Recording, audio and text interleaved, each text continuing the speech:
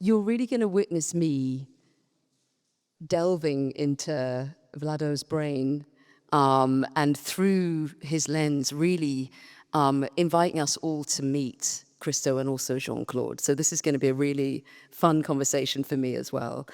So I'm really going to start at the very, very beginning. Vlado, will you talk to us about the very first moments, Christo as a child? Well, Christo was, good evening. Thank you, Stefan, also. Christo was born in, actually, Christo and Jean-Claude both were born on June 13, 1935. And they were Gemini, and Jean-Claude always used to joke that they were ménage à quatre, because it was four of them. And but Christo was born in Gabrovo, which is an industrial town in the middle of the Balkan Mountain. And his father was had studied in Vienna chemistry, and his father was dealing with dyeing fabrics. That was his. He had a factory for dyeing fabrics. So many people always think that this was one of the uses of crystal fabric was because of his childhood. But more importantly, he really wanted to be an artist since he was 5 or 6 years old. It was like he was drawing nonstop. He was very creative in all other things. He was writing plays, he was writing books. He was a big fan of Karl May. Not many people know who Karl May is, but Karl May was a Western writer. Stefan would know who Karl May is.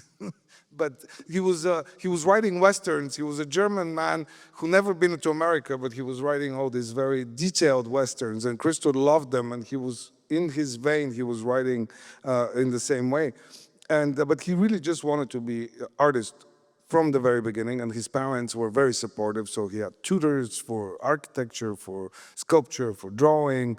So from the very get-go, it was just a lucky combination of this will and need. For him, it was more, and artists today really, or always, it's the need to express themselves. And I think with Christo, that was so like inescapable. And you mentioned, as a practitioner in theatre myself, you mentioned there were some model boxes, there were performances in his mind, there were stage designs. And an interesting story you told me when he was a student and invited to help the local farmers to leave and wrap their machinery in a way that would be elegant to be seen through the windows of the Orient Express as it drove through Bulgaria. This is really fascinating to me, that he's a stage designer through the windows of the Orient Express, of the junk by the side of the railway. So tell us about that. Well, in Christo became, because his father was an enemy of the state, because he was an industrialist, when the communists came in Bulgaria, they nationalized the factory.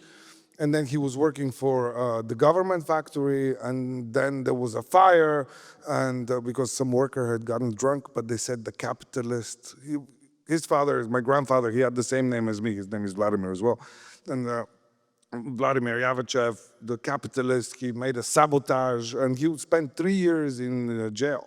And the children of the enemy of the state in communist times in Bulgaria, and remember, these were like the Stalinist times in Bulgaria, which was very hardcore, and they couldn't go to university. So it was my father, for instance, my father became an actor. My father was an actor, and he became an actor because the drama academy was not considered a proper university. So that was like he can go there because he wasn't. But Christo had to,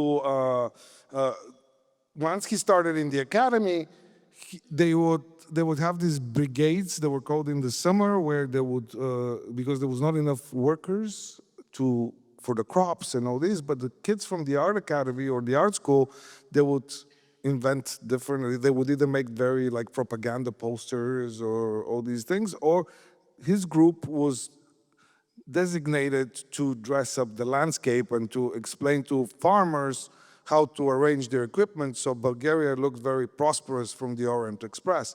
And this was a very important moment for Christo because he was discussing aesthetics with people that had nothing to do with aesthetics. And this was very key for him to to wake up these people and to have this conversation. And later it happened with the projects. And this is part of the artwork, is part of the negotiating process, is part of talking to the rice field farmers in Japan for the umbrellas, or the ranchers in California. With the umbrellas is a good example too, because it was like a diptych project which wanted to compare the similarities of the two richest nations at the time, which were Japan and the United States, and especially in California, where it was leaning more to the Pacific, and Japan leaning towards the United States.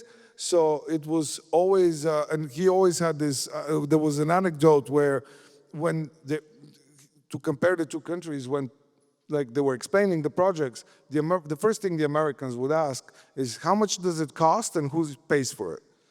And what the Japanese always asked was why blue and why yellow?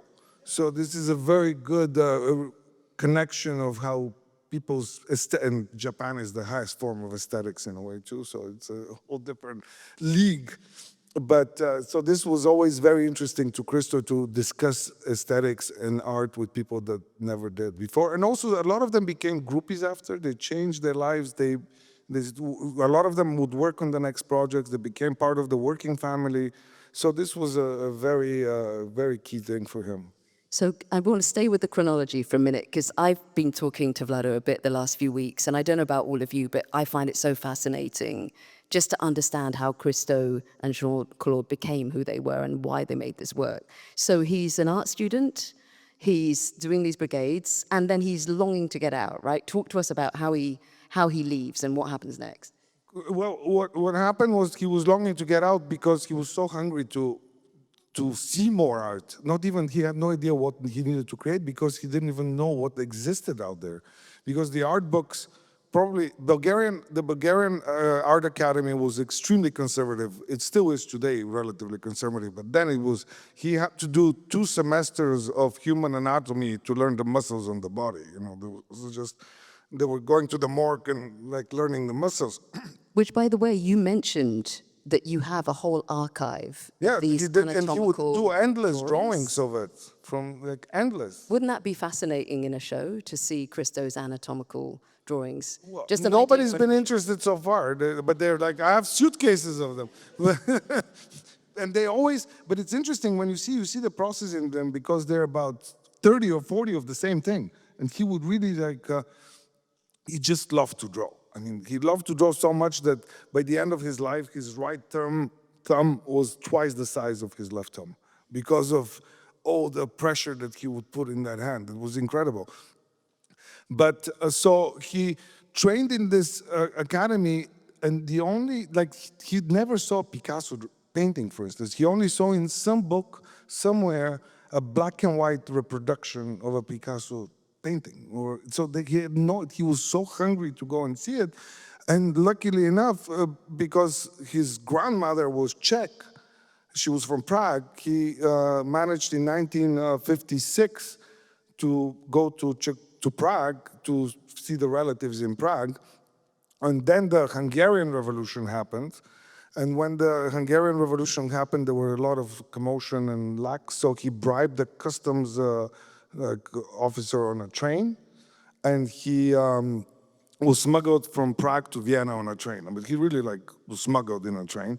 And when it was also a funny story, was when he was getting off in Vienna, he didn't want to go to a refugee camp. So he wanted to look like a regular guy. So he left his luggage, just had his papers from the academy and a pencil. And he just left the train to look like a regular guy that just left the train, so they wouldn't stop him because there were a lot of immigrants coming off those trains. And then he got in a taxi, to go to a friend of his father who had studied in Vienna. And he had the address. He had no more money because he spent all the money to bribe the customs guy. And he said to himself, well, if the guy's not there, they'll arrest me anyway. I don't have money to pay, but they'll arrest me anyways. They'll send me to a refugee camp, and if he's there, it's a different story. And he was actually there, and that's how he actually signed to the Vienna Academy. He did a couple of months in the Vienna Academy as well. And then from there, made it to Geneva, and from Geneva to Paris, because at that time, Paris was the center, was already like the sunset of Paris as the center of the art world. That's why they moved to New York immediately, as soon as they can collect some money and be able to move to New York in '64. And what I hadn't realized until I started really digging deep in preparation for this talk is how firmly he was engaged in portraiture. And it was all about portraiture at the time to make money. It's I like guess. you. Yeah. This is a very good. So there's an They're overlap. very similar in a way, actually. Your drawings and portraits and Christos. So he's making, that's how he's getting by, right? That's how he's earning money is through the Yes. portraiture. That's how he met Jeanne-Claude too. And tell us that story, because this is very fascinating. So when he arrived in Paris, nobody was interested in his packages and early works because it was not like. Hang on, that's the first package. That first time he made a package, that's in Paris, that's before he meets Jean-Claude? Yes. And he just does it. He's just Well, wraps it up was a process. He went through this process. Another exhibition, which we should do someday, he went through this very, I call it the Jackson Pollock period. He did a lot of splatter paintings, which are not well known at all. Then he did this series, which the splatter paintings became more physical and more present, which was, he almost made them with like paint mixed with sand, so they were like much more, they had much more texture and body to them. And he would put cans in the middle, they called crater because they really looked like a crater of a volcano. Yeah,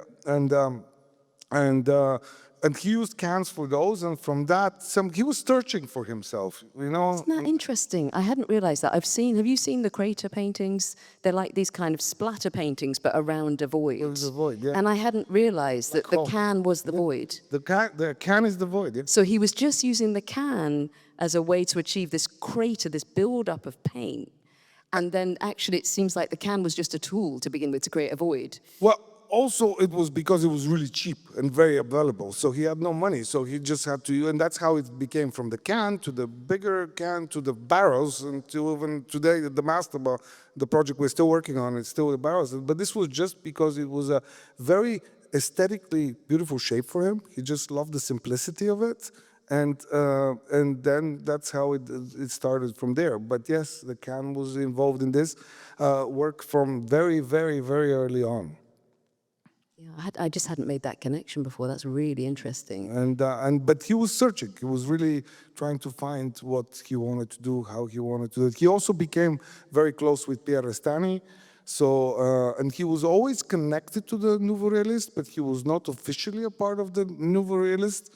He was, because Pierre Restani said there was too much intervention from the artist.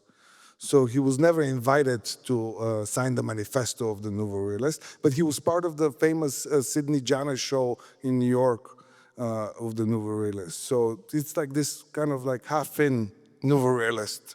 I'm really interested in this moment where he's in Paris, he's sort of intoxicated by all these new influences, right? That suddenly he's seeing all of these paintings, he's going to see everything, he's making these Jackson Pollock type things, he's evolving it in his own crater-like way, he's, you know, experimenting with the can, but meanwhile, he's doing these portraits in a completely different style. Well, he had to pay the rent. live somehow, Yeah. yes. And it was he was washing dishes, but then he realized if he makes a portrait, it's much less work and much more enjoyable and makes a lot more money. And actually, when he started making portraits, he had rented a room on Ile Saint-Louis, actually. It was Chambre de Bonne on Ile Saint-Louis, very fancy address, but he had rented the room from Monsieur Cointreau. It was from the Cointreau family. And he connected him to a hairdresser, and the hairdresser was an infinite supply of clients for his portraits, because the hairdresser wanted to impress their clients, and sometimes he would gift them to them. So he would give the commission. He did a portrait of Brigitte Bardot, where Brigitte Bardot was sitting, because the hairdresser was Jacques Dessange. So it was a very fortunate event for Christo. And then one day he had to make a portrait of Jean-Claude's mother. And that's how he met Priscilla, Jean-Claude's mother, who later, then he started making portraits of the whole family, including Jean-Claude's sister, who he was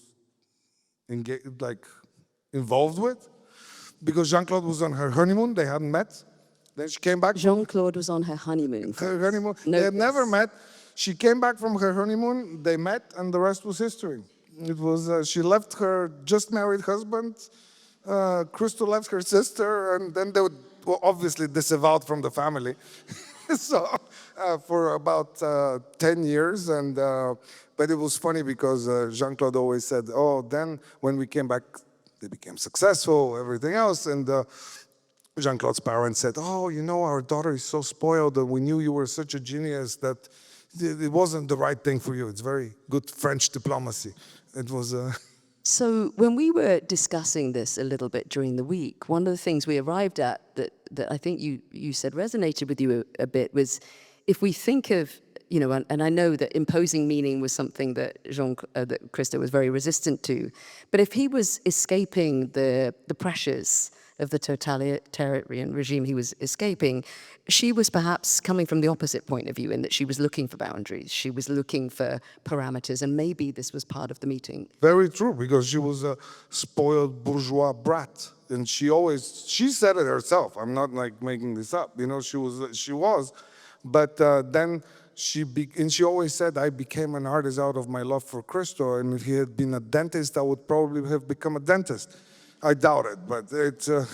But she, no, it was a very interesting, but it's amazing. They're born the same day, same year. You know, it's one of these things that, and they went on this adventure together against all odds and breaking, like especially with Jean-Claude's family, that Christo had nothing to lose. You know, she had a lot to lose.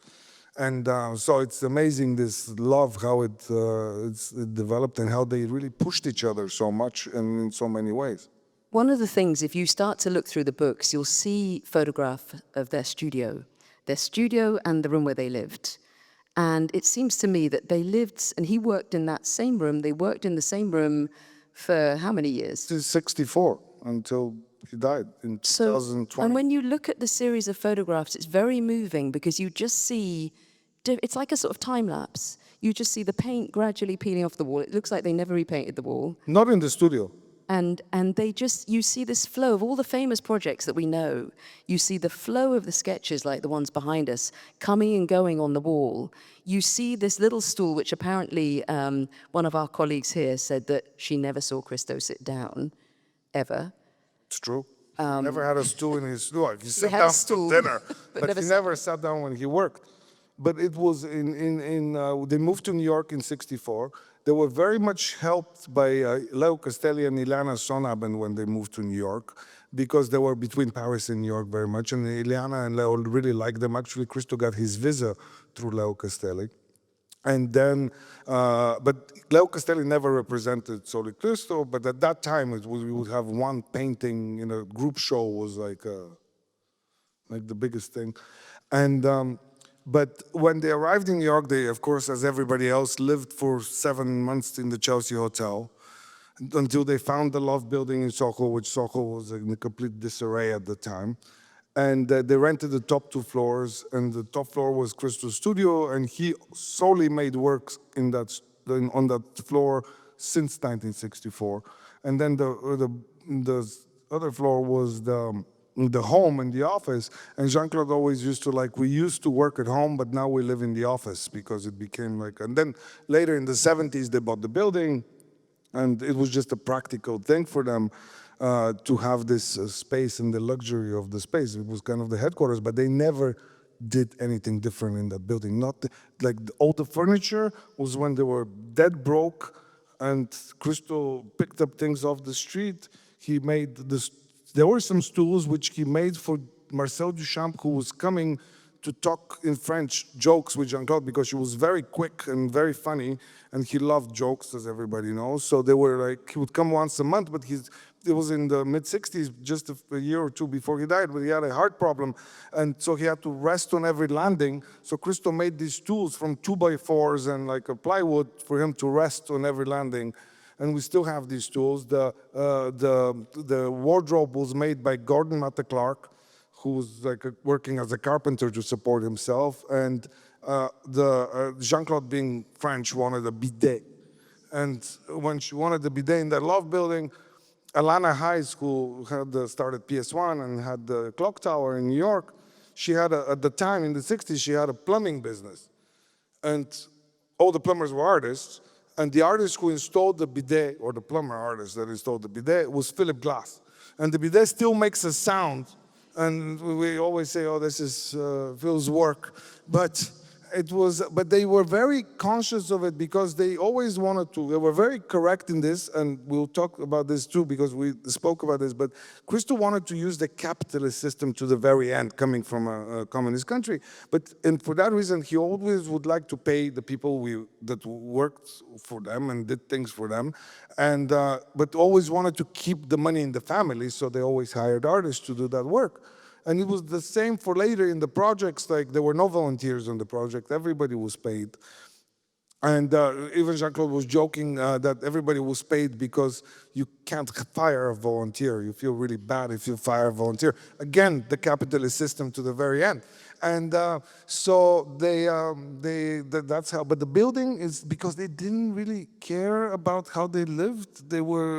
They just wanted to spend their money on the projects and not to waste time on the building and to have everything perfect.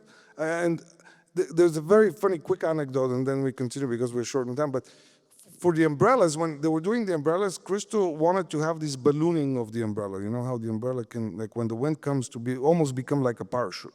But to do that, the triangular piece of fabric has to have a seam in the middle so you can get this ballooning effect. But Christo didn't want that. So they had to make a machine that would heat the fabric and would press it and make like a sail of a sailboat. And would make it, but that machine cost $1 million in 1991. So they would spend $1 million to make this balloon that 3 people would notice that there is no seam there, but for him it was like, he would cancel the project if it wasn't there. But meanwhile, they wouldn't change the bidet that still sank, and like it was like it was so admirable to have this dedication, and they just didn't have the brain space and the time to deal with all that. So they lived like students. It was quite amazing. There's a number of stories you've told me, and one of them that really moved me. Vlado witnessed a moment of an idea happening. And you know, all of us, that moment where we witness an idea coming in, it's like a big bang, isn't it? Someone having an idea. And so often these ideas come when we meet a boundary, when we meet a war, when we meet a moment of resistance.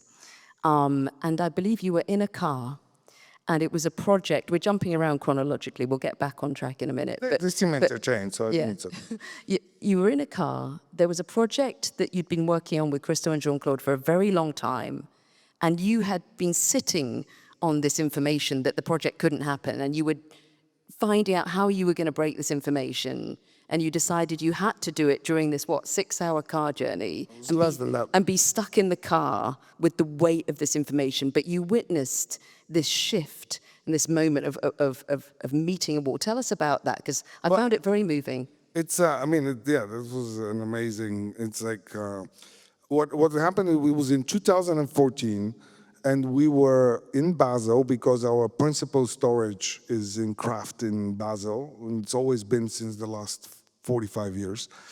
And Christo wanted to, because in the early 60s, Christo had wrapped a Beetle. This is the Volvo, and there is the Beetle. And the Beetle was actually, the wrapped Beetle was shown at Unlimited 3 years ago. And so we were working on that artwork. It was really a fun, it was one of these fun. Christo never allowed himself to have that much fun usually because he was just like work. But we went to pick up the Beetle in Germany because we bought it in Germany, and then we drove it through the Black Forest to Basel. We were doing a little photographs in a movie of Christo in the Beetle. He was terrified because there was no seat belt on the car. It was like a late 50s Beetle. And then we arrive in Basel, we start working on the car, and it might look simple, but it's not that simple to actually wrap a car. But that's a whole different story. So we were working on this, we were having a lot of fun, and then I received this letter for a project that we've been working for a very long time, which was like devastating. It basically was like a hard no. And I was like, no, I can't tell him right now, because it's like we're having so much fun, I'm not gonna tell him no. And so we just continued doing, but then we had to drive from Basel to Stuttgart because Christo was receiving the Theodor Heuss Prize, a very big prize in Germany. And it's a 2.5 hour, 3 hour drive. It wasn't 6. I don't remember. It wasn't a very long drive, but so we decided to go. Like it was, we did the work with the Beetle, and then we were going to come back to finish it. But we decided to go in late afternoon. So we're driving. It was Christo, Josie Kraft from our storage company, Wolfgang, the photographer that does all the pictures, and myself. And the four of us are in the car, and we're driving, and then Christo is like, oh, we should do this. We're talking about the project that was just a hard no. He's like, we should do this, and we should do this. And then I just, at one point, I just said, you know what? I can't take it anymore. This is the news. I'm sorry, but this is the situation where, of course, there was like in a movie scene where you have like dead silence. You can cut the air with a knife. And for about 10 minutes, that was it. And then all of a sudden he said, that's fine. We're going to do the floating piers.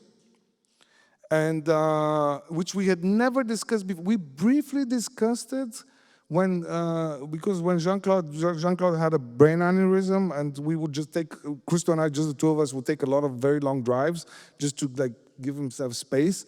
And we discussed about doing the floating piers maybe in on the Hudson Valley in New York.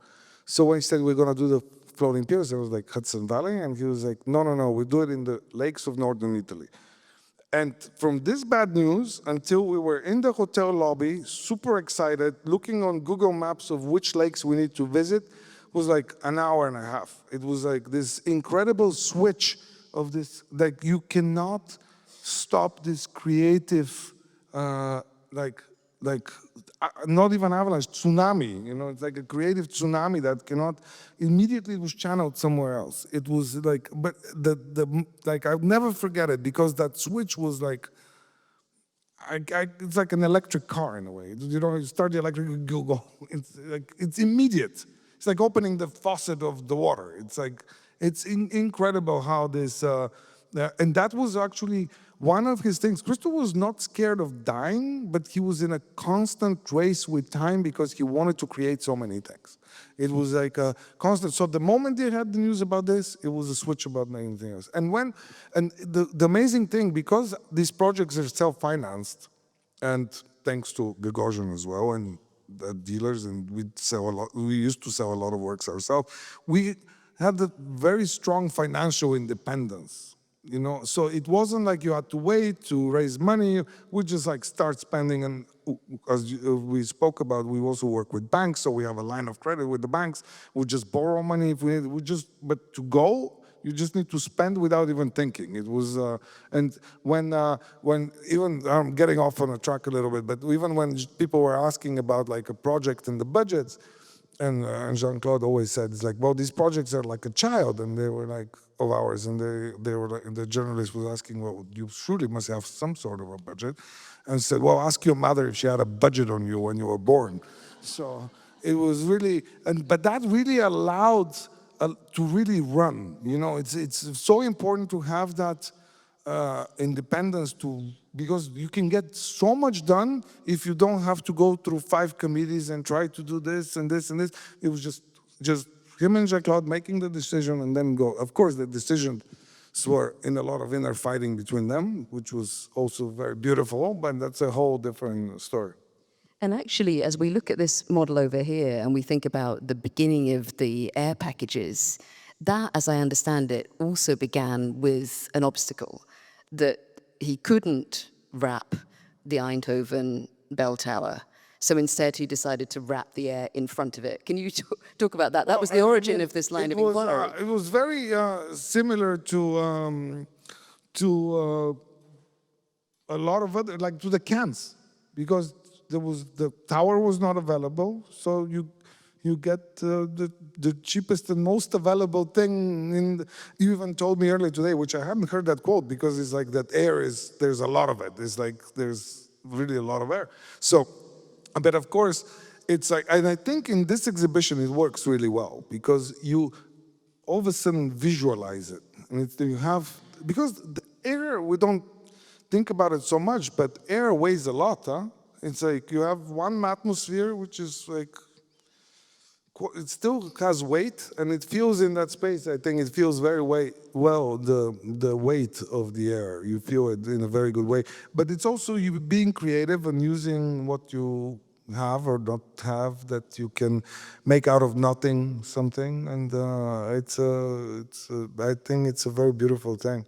Something actually that Stefan said to me when I first came to visit this exhibition is that Christo and Jean-Claude and Vlado would wrap things and take them away from you so that they could give them back to you.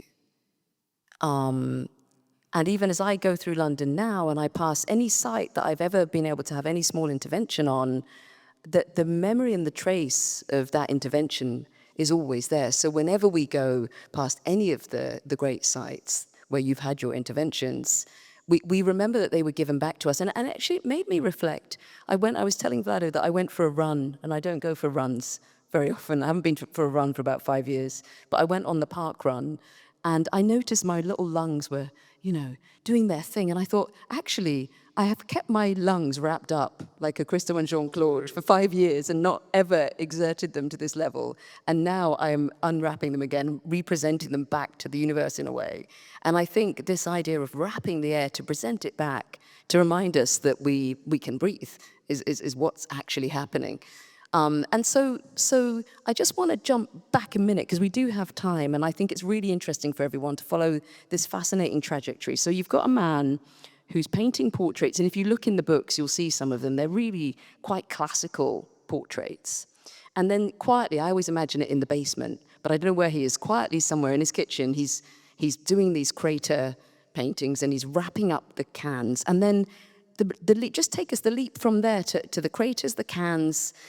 The next thing is the can curtain, the cans in the corridor, isn't it? Yes. That's the next thing. Just talk us through this, because I want to just get us from a can to the pile of barrels and then to the first wrapped building. Let's just fill in that piece. Well, what happened was that there were the cans, and there was a great exhibition at Serpentine in 2018 when the London Mastaba happened in Hyde Park. That was just about barrels. But the interesting thing is, of course, the cans.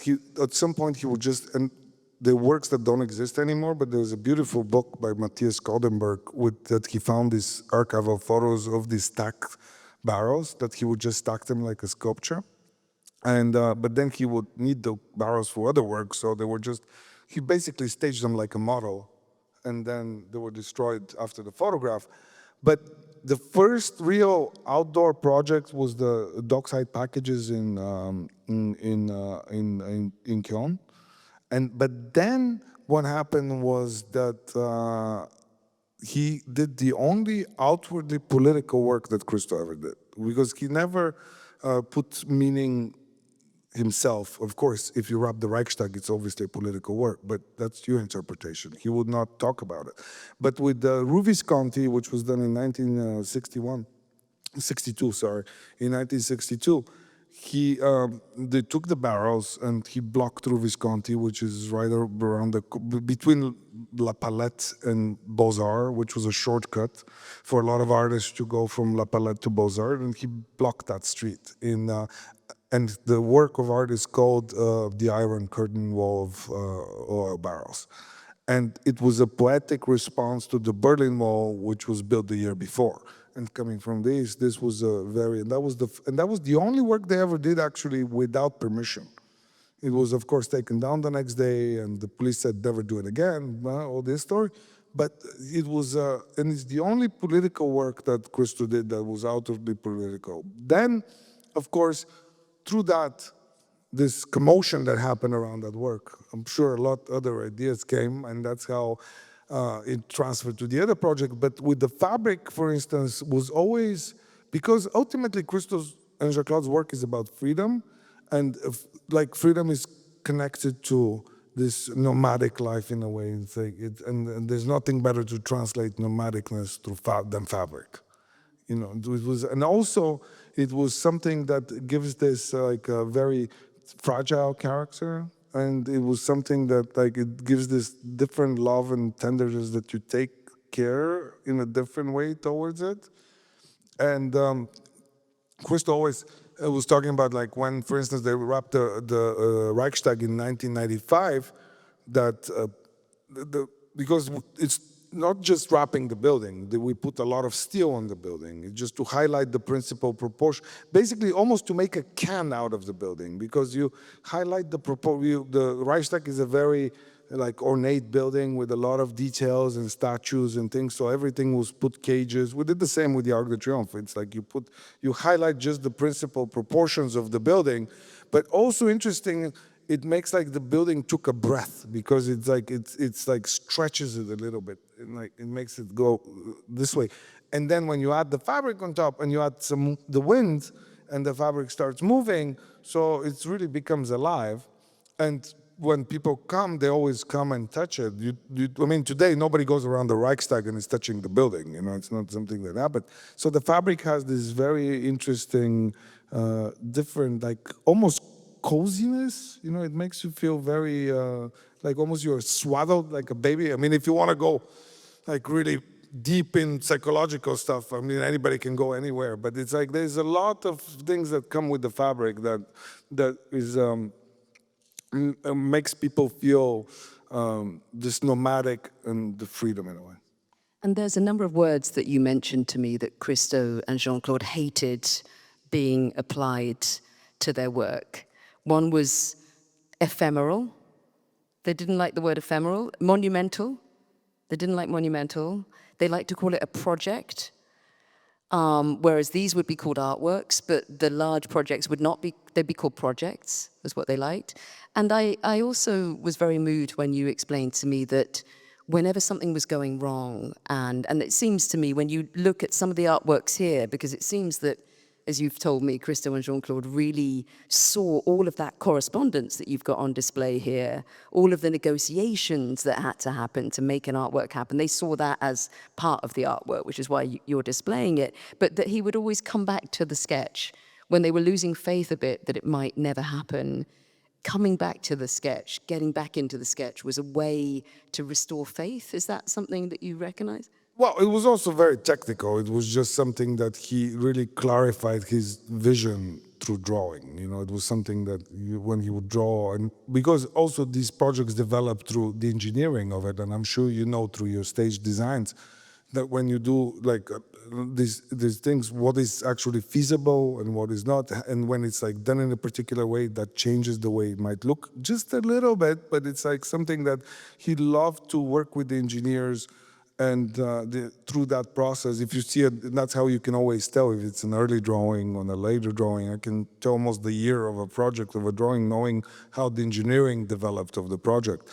And also sometimes in the beginning, they always start with this beige or white fabric, and then the color comes in after. So it's all these things, but he just loved to draw and to clarify that vision. And at the same time, we need the drawings in order to pay for the project. So it was this, it's like a system of many things that were all tied. But ultimately, he just loved to draw. It was like he would spend really from the morning. They were not very early risers. They always pretended that we couldn't. Actually, on the business card, it said the phone number, and then it said after 10:30 a.m. And if you had the bad luck to ever call before 10:30 a.m., Jeanne-Claude would pick the phone, and like, didn't matter who you were, it would be like a disaster. But it was funny because she always pretended that she was working with Europe. That's why she had to finish her work with Europe. But actually, they were a little bit slow in the morning. It was like, but then he would go up to the studio, I don't know, around 10:30. And then he would spend there until basically 6:37 until it was dinner. And after dinner, they always went out for dinner. And then after dinner, he would go back to the studio, and he said, I would do non-creative work then. It was like just organize his things, wash his brushes, or just do some things that didn't require, but he would tidy it up, and he would spend another hour or two. And but yes, it was like he just loved being in the studio. I think you mentioned to me that Christo would put his pencils on one side of the studio so that he had to walk across the room to get up keep his exercise while he was... So he doesn't stay in one place. He didn't like to be too comfortable, so he would like really like take one pencil or crayon, or not crayon, wax crayon. He used a lot of wax crayons, like China markers. It's like archival nightmare. It was a lot of stuff. No, but it's holding really well. And even the paints he used, he just liked real, very strong Dutch oil paint, but like enamel oil paint. It was like, it had this like shininess, which he liked very much later for the project. But he would like walk from one, and the floor is not that small. So he would walk from one end to the other end just to take a pencil and then go back. So he would just constantly move and would listen to the radio, the news on the radio. So it's news all day long. News all day. New York 1010 wins. There's a news station which they repeat like every 10 minutes. It's like the same thing. It's like repeated, but yeah. He would listen to it. And so to touch in some detail on the work that we have next door, this was a work, as I understand it, that couldn't be realized before. There were technical issues with the fire retardant or something. Can you talk to us about how, what was the process of this particular one? This work was initially designed, and you can see it in the scale model for the ICA in Philadelphia.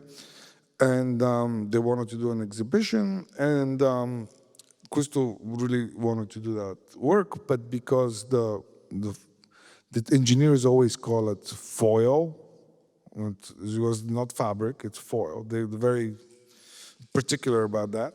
So the foil or the shower curtain, because Christo used a lot of shower curtains at the time too, but the foil was not fire retardant, so they had a lot of concerns about that. And actually, this is how also the MoMA project didn't happen. The RAP MoMA also was because of issues like this.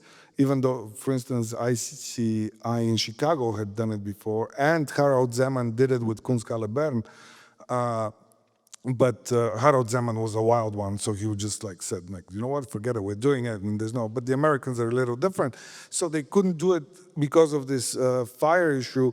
So they made a mastaba inside instead, and then and that model was lost. None of us knew it existed. Even Christo had forgotten it.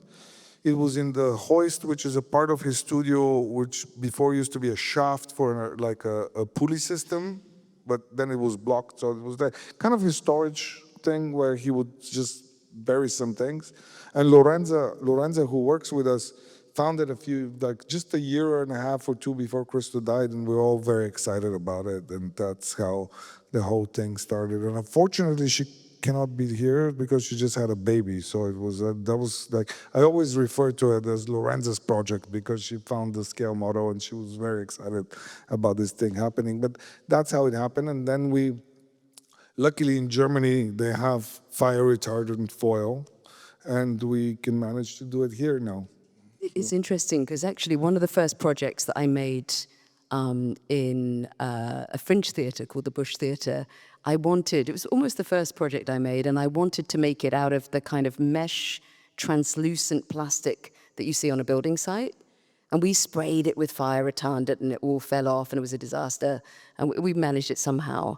But actually, one of the second projects I made, I was painting on plastic, but we discovered a plastic called glass clear, which is inherently flame-proof.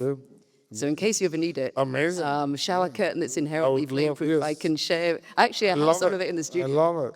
No, but it's amazing how also the technology, the way it develops, how you can do. Also the floating piers project, for instance, which was these piers that were 16 meters wide, 3 kilometers long through the Lake Iseo in northern Italy.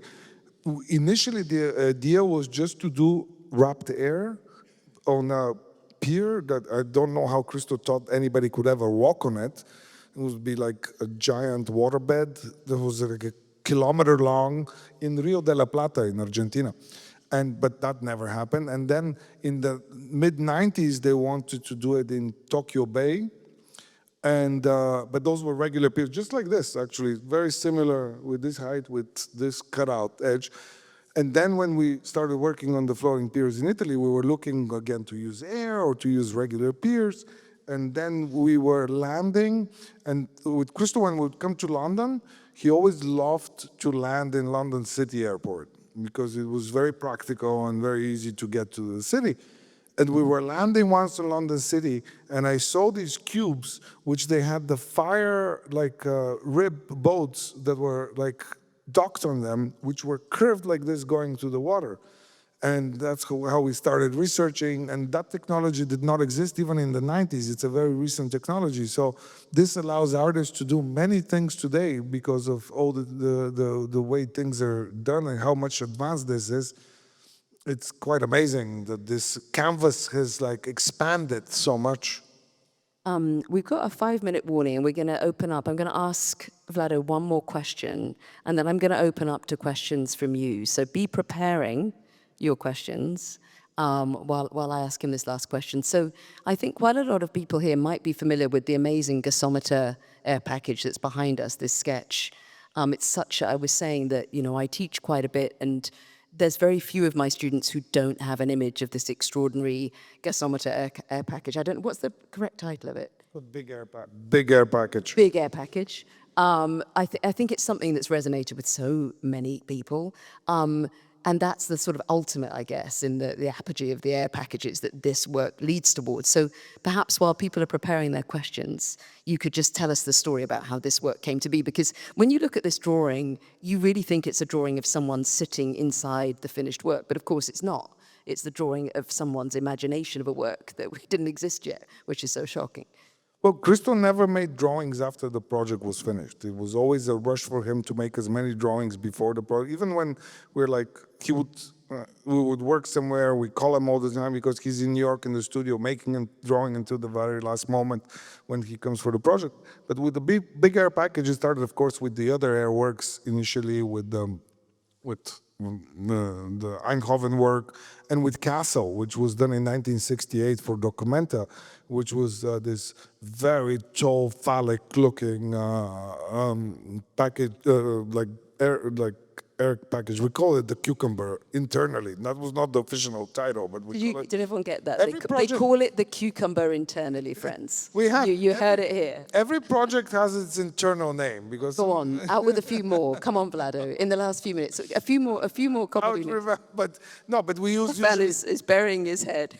we usually use initials for them too. It's like we just use the initials, like WR, the Reichstag, Rabt Reichstag. It's like we have many different names, but anyway. So with the cucumber, it was done in '68 for the Castle of Documenta, and they had a lot of technical issues with that project because of the wind. They had to hire the tallest cranes in Europe. The U.S. Army had to bring their mats in order to get on the visa with the cranes. It was all this, like a lot of solving.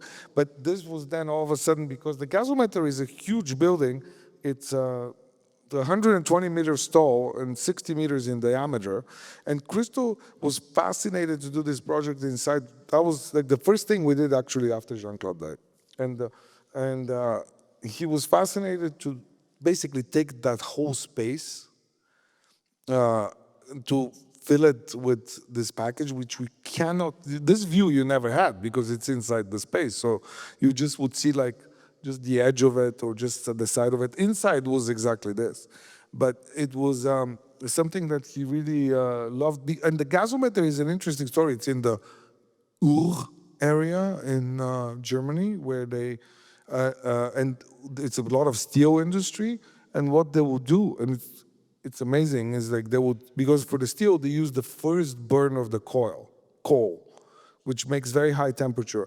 But that first burn creates a gas, off gas, and they would take that gas and put it inside this gasometer building, which would just fill up with gas, and that bottom part that would like go up with the gas going inside, and in order to, and this was done in the 20s and 30s, and in order to seal it, they would just pour oil on the sides of it all the time in order to create the seal. It's like a technically fascinating thing. Christo loved it, and this is basically recreating the gas inside the gasometer, which was in his own interpretation.